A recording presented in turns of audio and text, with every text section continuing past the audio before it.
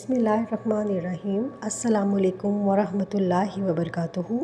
रुकिए, क्या आप जानते हैं कभी कभी चेहरे के दाग धब्बे सिर्फ़ क्रीमों से नहीं बल्कि दिल की रोशनी और इबादत की बरकत से भी ख़त्म होते हैं।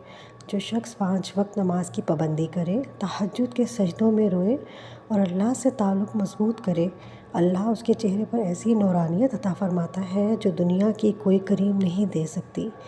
इस्लाम सिर्फ़ ज़ाहिरी खूबसूरती नहीं बल्कि दिल और रूह की पाकीज़गी सिखाता है। अल्लाह ताला फरमाते हैं, क़द अफ़लहा मन तज़क्का, बेशक वो कामयाब हो गया जिसने अपने आप को पाक कर लिया।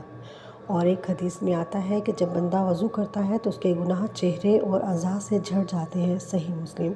यानी इबादत सिर्फ़ रूह को नहीं, इंसान के चेहरे को भी नूर देती है। जो लोग 5 वक्त नमाज की पाबंदी करते हैं, तहज्जुद अदा करते हैं, कुरान पढ़ते हैं, इस्तिग़फ़ार करते हैं, उनके चेहरों पर सुकून, पाकीज़गी और नूर आ जाता है।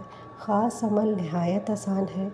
फ़जर, ज़ोहर, असर और इशा की 2 रकअत सुन्नत मुअक्कदा में पहली रकअत में सूरह फ़ातिहा के बाद सूरह अन-नशरा पढ़ें, दूसरी रकअत में सूरह फ़ातिहा के बाद सूरह फ़ील पढ़ें। फिर इस्लाम फेरने के बाद आजिज़ी से दुआ करें, या अल्लाह मेरे दिल को अपनी मोहब्बत और अपने रसूलुल्लाह सल्लल्लाहु अलैहि वसल्लम की मोहब्बत से भर दे।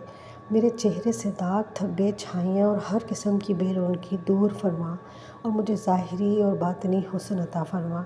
इसके बाद दरूद इब्राहिमी पढ़कर हाथों पर दम करें और चेहरे पर फेर लें।